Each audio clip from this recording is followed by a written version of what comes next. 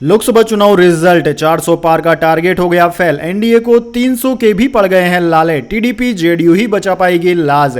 जी हां दोस्तों, आज चुनाव का दिन है। चुनावी रिजल्ट आ रहे हैं। एनडीए को 291 सीटों पर फिलहाल बढ़त मिली हुई है, जिनमें से 240 सीटें बीजेपी की है, 16 सीटें टीडीपी की है, 12 सीटें जेडीयू की है और 2 सीटें जेडीएस की है। वहीं दोस्तों दूसरी ओर इंडिया गठबंधन को 234 सीटें मिली है या फिर यहां पर वह बढ़त में चल रही है। इनमें 99 सीटें कांग्रेस के पास है, 37 सीटें सपा ने जीती है। टीएमसी 29 सीटों पर बढ़त के साथ आगे बढ़ रही है। वहीं डीएमके के पास 22 सीटें हैं। अन्य के खाते में 18 सीटें जाती हुई दिख रही है। दोस्तों यहां पर नरेंद्र मोदी सरकार को बड़ा झटका लगा है। जहां वे बात कर रहे थे 400 पार की, वहां पर उनकी पार्टी गठबंधन 300 सीटों पर ही सिमटता दिख रहा है। 300 का आंकड़ा भी वह नहीं छू पा रहे हैं। वहीं इंडिया गठबंधन ने बीजेपी पर हमला बोला है। इंडिया गठबंधन का कहना है कि उन्होंने नफरत की राजनीति की है, जिसको भारत की जनता ने नकार दिया है। हालांकि दोस्तों देखने में ऐसा दिख रहा है कि सरकार तो बीजेपी की ही बन रही है और प्रधानमंत्री मोदी तीसरी बार प्रधानमंत्री बनते हुए दिखाई देंगे। हालांकि इसका फैसला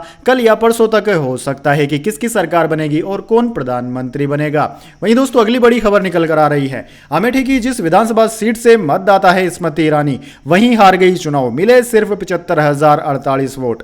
जी हां दोस्तों, भयंकर गर्मी के बीच लगातार अमेठी का तापमान बढ़ता गया। लोकसभा सीट अमेठी की मतगणना समाप्त हो गई। ऐसे में भारतीय जनता पार्टी से तीसरी बार प्रत्याशी बनाई गई केंद्रीय मंत्री व अमेठी की वर्तमान सांसद स्मृति ईरानी 1,66,022 मतों से चुनाव हार गई है, जबकि भारतीय राष्ट्रीय कांग्रेस पार्टी के प्रत्याशी किशोरीलाल शर्मा ने बड़ी जीत दर्ज की। इस जीत के साथ एक बार फिर से अमेठी में गांधी परिवार की खोई हुई गरिमा को सम्मान वापस मिला है। दोस्तों इंडिया गठबंधन से कांग्रेस पार्टी के प्रत्याशी किशोरीलाल शर्मा को एक तरफ जहां 5,36,492 मत प्राप्त हुए, वहीं दूसरी तरफ स्मृति ईरानी को सिर्फ 3,70,470 मत ही मिल सके। तीसरे नंबर पर बहुजन समाजवादी पार्टी, जो कि 34,000 मतों पर सिमट गई। चलिए दोस्तों जान लेते हैं इसके बाद अगली खबर।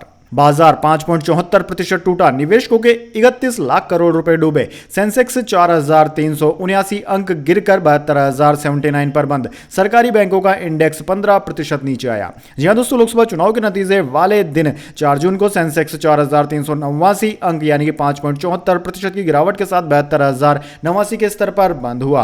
वहीं दोस्तों निफ्टी में भी आज 1,379 अंक यानी कि 5.93% की गिरावट रही। ये 21,884 के स्तर पर बंद हुआ।